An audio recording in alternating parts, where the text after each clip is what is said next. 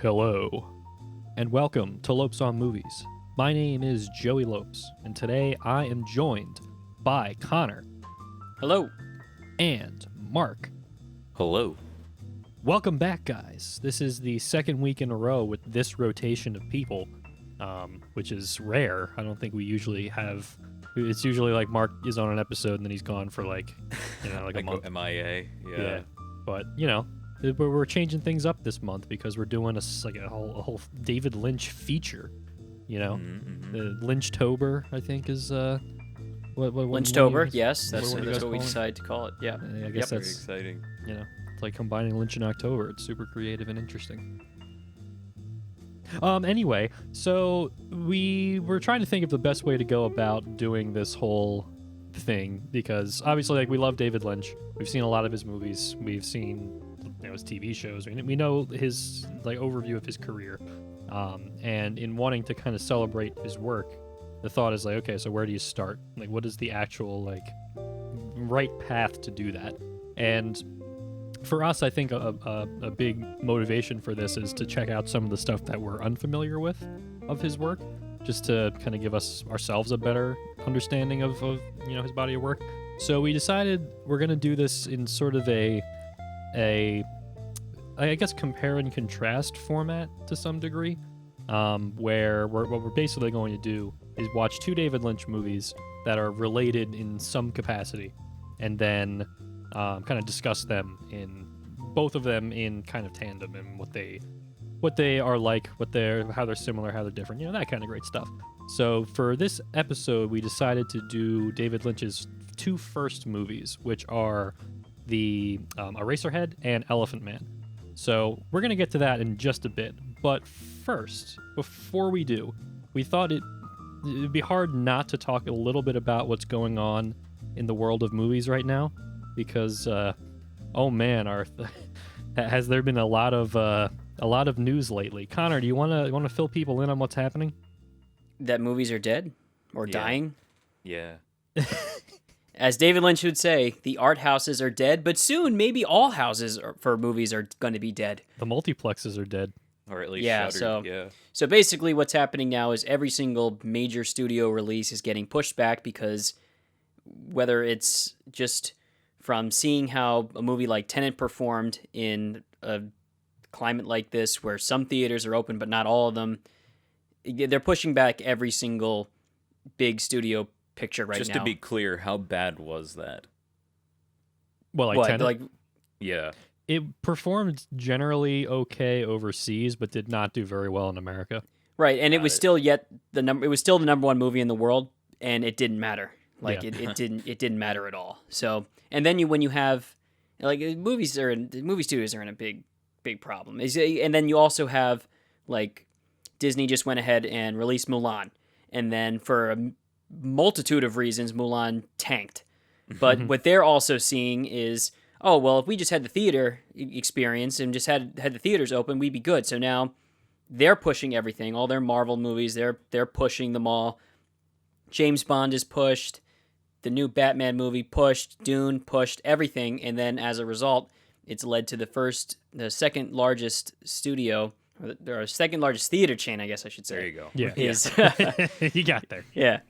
The second largest theater chain, Regal Cinemas, has decided to shut down for the rest of the year. And I think they might have even said indefinitely. So we don't know when they're going to come back, but they're tying it to if they don't have these major releases, they don't have the ability Not much reason to be open. Yeah, they don't People really. aren't They coming can't around to just buy some popcorn and take it home with them. Buy some popcorn, sit in a room, but not watch anything. It's and the thing that's really crazy about it is that these movies are not just getting delayed a couple of months, which is what they were doing back when the pandemic started. Every month they would delay it another month until finally they realized they can't release it. We're talking Dune, which was supposed to open in December of this year, is now opening in October of next year, which is insane, right? That's way, way different. All these movies are basically being pushed a year out because they're recognizing that, odds are things are not going to be going back to normal anytime soon. So it's probably the conscientious and safe play to make. But man, just thinking about the fact that movie theaters are going to be essentially like dead for another entire year after Yeah. this year has already been like the most dead they've ever been is pretty heartbreaking. Yeah, but it's going to be tough to see how this shakes out. I can't even begin to think what's going to happen here, really. Yeah, what do the movie studios do? Like, what are they going to do for the next year? You know, what is the plan? Man, and like it's if the Disney like precedent has been set by Mulan not doing well, then all of these studios are going to be afraid to drop any of their biggest releases on demand. So what are they going to do? Like I don't know. It's Like wild I kind of times.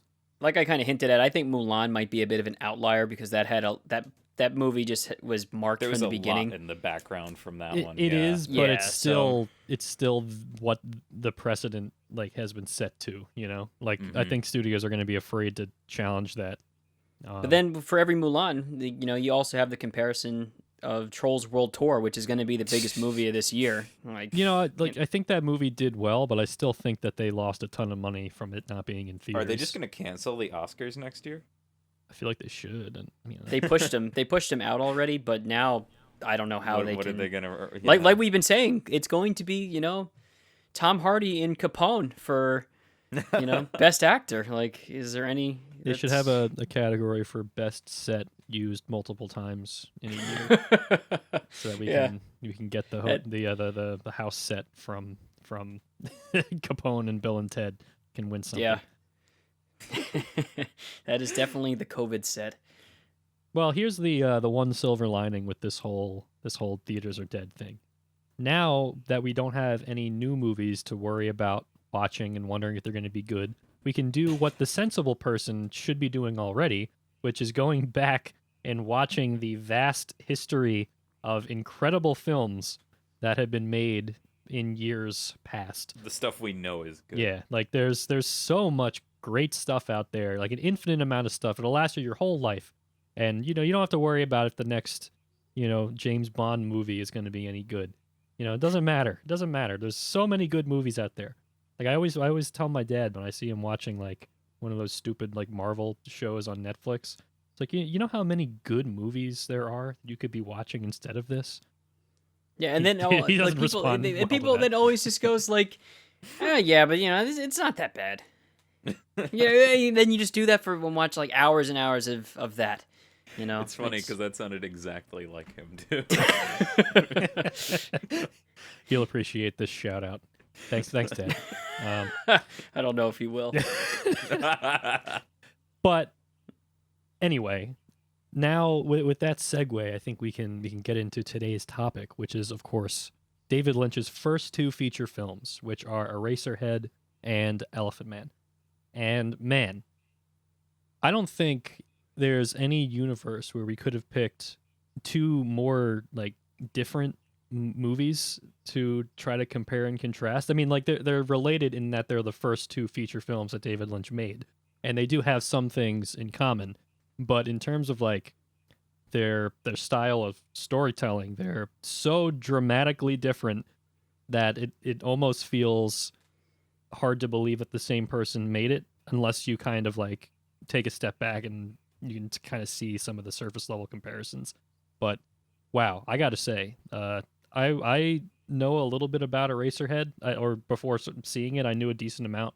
I've seen clips from it, I've seen scenes, so I figured I knew what I was in for, and I got to say, I really don't think I did. I don't think anything can prepare you for Eraserhead, guys. It's a movie about family, really. Does anybody want to start with Eraserhead? Because I gotta be I honest, want I to talk don't know about what to start. Eraserhead. Should I read the like synopsis? Yeah, here, sure. or should I- If you want. Okay. Henry Spencer tries to survive his industrial environment, his angry girlfriend, and the unbearable screams of his newly born mutant child. Directed by David Lynch. Yeah, I guess that's about right. Yeah, it's actually really interesting that the first thing they mention is the industrial environment, because when you're watching it, nothing in it in terms of the actual sets, the actual like places he walks through are all that strange, but the way it's framed and the way Jack Nance acts and every other character makes them look just absolutely alien and terrifying. Mm-hmm. It's really like at the start of the movie, well, setting aside the very intro, you have Jack framed, or well, I guess Henry framed by a giant, just industrial warehouse doorway, Mm-hmm. and he's just dwarfed by this just normal building, but he looks like a little toy just walking by.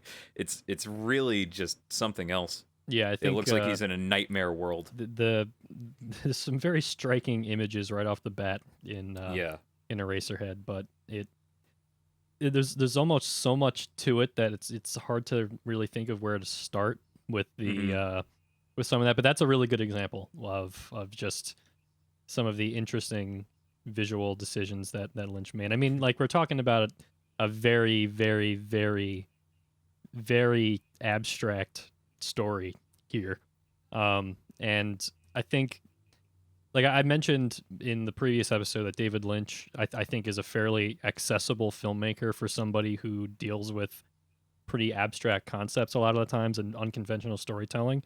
And even watching Eraserhead, I still feel that, but like It's really the core of it is it hammers its themes home really well, but I don't know if you could say it is in any way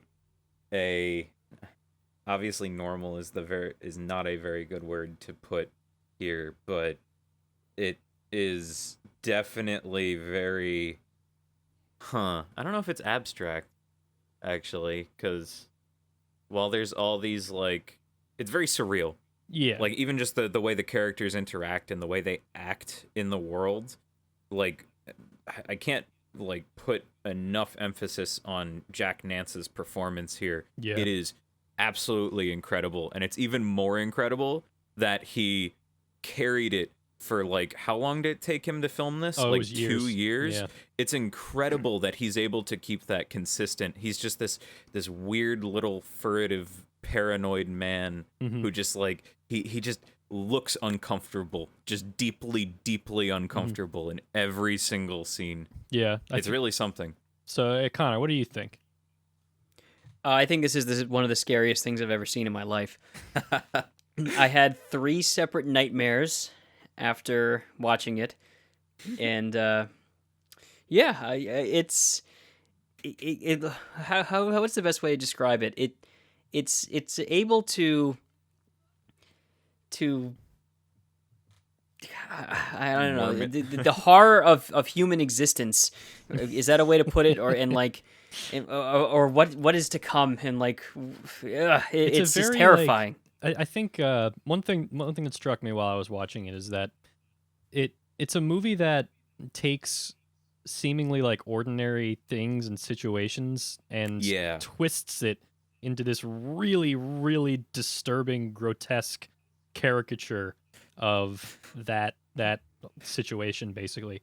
Like having dinner. Like having exactly like having dinner with your girlfriend's parents for the first time, right? Like that's the situation that people have had for generations, right? Yeah. But I don't think that any person has more directly portrayed the existential horror of that like scenario more vividly than here. Yeah, that's the best way. That's the best way to describe it. But it's like seemingly ordinary things, and like having a baby, right? That's fatherhood in this movie. Like that's seemingly ordinary. And again, just twists it into something that brings out all of the worst fears and anxieties in basically the stuff that you keep kind of internal is kind of put out like more externally. I think it's also worth mentioning that I don't think any of it is all that hidden. Like all of the symbols and the metaphor in this are very, very overt. Like, Oh, yeah. anything you don't get, you probably weren't really meant to get in the first place. Right, yeah. But I mean, like, is it worth putting out examples for this? Yeah, I mean, if you want. So when it comes to Henry and is it just the Eraserhead baby? There are moments where he ends up becoming it in a certain way, Mm-hmm. and it's like it's right there in front of you. He had that inside of him the whole time, and that's what terrifies him so deeply. I think that was a part of him in a very, very literal sense. I didn't expect the title to be quite as literal as it actually was either. Yeah, I wasn't expecting that either. That was that was something, that whole sequence. And I'm sorry if we're being vague here. Yeah, but that's worth seeing yourself. Again, like we mentioned on the previous episode, that David Lynch rarely talks about his movies because he feels like talking about it isn't as valuable as just watching it. Like, the movie is the explanation for itself, right? And I really feel like Eraserhead is something that everybody owes it to themselves to experience at least once in their lives, because it's a very, very unique piece of work, even among like David Lynch's filmography in general. Like it's for sure, it has a lot of his kind of obsessions and interests in there that you can very clearly see, but as just a sustained exercise in existential terror, you're not going to find many movies that are that like laser focused on portraying that worldview. So yeah. Oh, and it's worth mentioning that the practical effects they used for the mutant baby are absolutely probably the most incredible thing I've seen, like in a they movie didn't in age general. A day. They did not age a single day. No, it's it is unbelievable. Creepy as anything. Yeah. You have not seen a CGI monster as scary as that thing. It's not possible. I don't think it's possible to create anything that evocative with computer generated imagery. Like even David Lynch has like gone to realms like that with like Twin Peaks season 3, and it's effective. It's good, but like I think that mutant baby should be forever held as one of the greatest special effects of all time. Because man, is there nothing on earth that thing is horrifying. It crawls under your skin in a way that I don't think anything in the universe can from a movie. You know. It's really remarkable stuff. I guess we should mention the sound design too. Everybody always talks about how the sound design is incredible in Eraserhead. Yeah, with in the industrial noises, the electrical hum that just permeates even when it comes to the stage play, there's still that incessant radiator hum in the background. It's just insanity inducing. It's really good. and you know, it's October, right? You want to see scary things, right? Eraserhead's a very, very good October movie. It's a very, very good October movie. It's not a horror movie in your traditional sense, but it's it definitely will put you in a place. I'm pretty sure Eraserhead got its run like during the original midnight showing kind of things. That got big in the 80s. Like I don't know if this was huge like when it first came out, but I do know it like they got the cult following like emerged from this. Yeah, I think that's really where it kind of got legs a little bit. But I'm pretty sure that Eraserhead was very well admired by quite a lot of filmmakers at the time who saw it, which kind of segues into our discussion of the next movie, which is The Elephant Man. So Connor, could you give us a little bit of background on that? Yeah, sure. So there's this famous comedian named Mel Brooks, whose studio was developing The Elephant Man, which is the actual story of this man, John Merrick, who was like horribly deformed, and they're gonna and kind of the story of his life, and they had a lot of it ready to go. They had the writers and everything, and then Mel Brooks, the guy who did Spaceballs and the guy who did. I don't even know if Spaceballs came out at that time yet, but he would go on to do that. Blazing Saddles, those types, the producers, those. He's making this movie. He sees Eraserhead and meets with David Lynch, and his words to him were, "I love you. You're a madman. Please direct my movie." And so that's how we go from David Lynch directing Eraserhead to going to direct The Elephant Man. Yeah, it's worth noting that Mel Brooks left his name off of the movie because you don't want to put Mel Brooks on The Elephant Man and have people going in expecting Blazing Saddles or something like that. That is a good point, actually.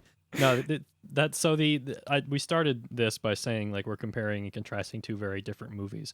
And the thing that's so remarkable about it to me is that The Elephant Man is by and large a very conventional Hollywood kind of story told in a fairly conventional way. It's speaking for David Lynch at least.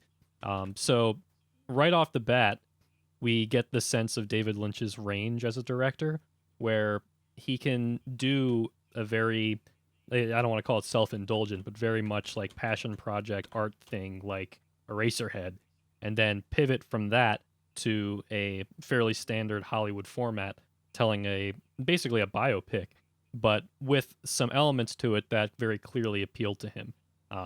So, like Connor said, the Elephant Man is based on the real life story of, his name was actually Joseph Merrick in real life, but in the movie he's John Merrick. And yeah, so this is like late 1800s Great Britain, and this man was born with severe deformities on his head, on his back, on one of his arms, and well, I guess he wasn't born with them. They actually developed later, which is kind of interesting. But the point being, when he became, like an adult, like in his 20s, he was basically like, shunned from society because of his deformities, and was working with basically a carny, going to like carnivals and like being one of the freaks on display, right?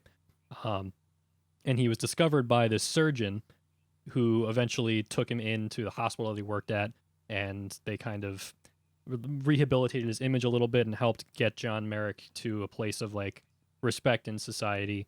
And because once they recognized that he was actually a very intelligent and thoughtful and emotional person, so there's a very interesting core of a story there, which is just that there's this man who science, medicine can't do anything for. There's no chance of him ever being able to live a normal life, but he's shown compassion from these people to help him achieve the closest thing to normalcy that he can achieve, when he also has to deal with the kind of seedy underbelly of society looking at him like a freak and treating him as like a sideshow. In some cases in the movie, like really dramatically. And so it's a very moving story, which I guess I was sort of expecting because I'd heard of the movie before this, but man, does it really like I think it's in the performances more than anything, like John Hurt playing John Merrick, where like it's close enough to moving you to tears at certain parts. You know what I mean? Yeah, I think it's just like how genuine he is too, and he's like, you would think a person would be just so defeated and like pitying themselves, but he never does, and just with all these horrible things that happen to him, all he remembers is those good things, and then it's the doctor who finds him, who's played by Anthony Hopkins, a younger Anthony Hopkins, who's excellent. Wonderful performance. Yeah, it's really those two who make the. Everyone's good in it, but those two, that's the central like pair for this one. Yeah, and it's great. It's a sad story, but the way the way that John Hurt like plays like the Elephant Man, he in such like always looking at the bright side and wanting to do. It makes you almost if you feel good though too. It's I think there's definitely an uplifting element to it, but to me, the thing that really stuck with me more so than John Merrick himself is Anthony Hopkins' character. I think Travis was his name, where he has this internal conflict at one point in the movie where he's wondering if him helping John was for the right reasons. Because at first, when he discovered John, he basically used him as a prop for like his medical professionals meeting to say, I've discovered this man with very severe deformities, and studied him and examined him and all that. And later on, of course, he showed him great compassion and let him stay in the hospital and stuff. But there's this sense of like, did he do it for the right reasons? Like, did he really bring him in because he cared about him, or did he think it was an opportunity? And in some sense, when John started to become recognized by like higher society at the time, Was that much different from him being on display as a freak? He's still a curiosity, just now it's from a slightly different angle, right? And I think the thing that's stuck with me is that at the end, like, Trevis, when he wishes John Merrick goodnight in the last scene, like, the last we see of him, he doesn't look, he's very, like, kind of nervous and, like, uneasy, right? Like, you get the sense that he recognizes that there's never enough you can do for a guy like this, because there's nothing you can do to make his life normal, right? Right, where you don't, like, what's next? Like, what do you do? What can you do now? It's it must be such a heavy burden, and that's the thing that I think is so kind of remarkable and bittersweet and tragic about the story, really. And that's the stuff that I think I really appreciated the most. In terms of stuff that, like, very clearly attracted Lynch to this project, like, you can see some elements of Eraserhead kind of bleeding into Elephant Man. The sets are similar looking in some regards, like, not in as abstract and kind of like surreal as in Eraserhead, but there's still a lot of industrial locations. It very much feels kind of a piece of that same world almost, as well as the sound design, which is very insistent on these kind of like industrial noises. I think there's even a scene like I mentioned before, how like Lynch is very good at making ordinary things seem horrifying, and he's very good at doing that with machinery. And there's a scene early on in Elephant Man where the surgeon Anthony Hopkins is operating on a patient who had gotten to like a horrific mechanical injury, right? And says something like, there's a lot of these lately with these machines, right? So there's this very interesting... I love that line, where he's like, you can't reason with them. So it's clear there's definitely some kind of thematic through line there with kind of Lynch's interests and obsessions.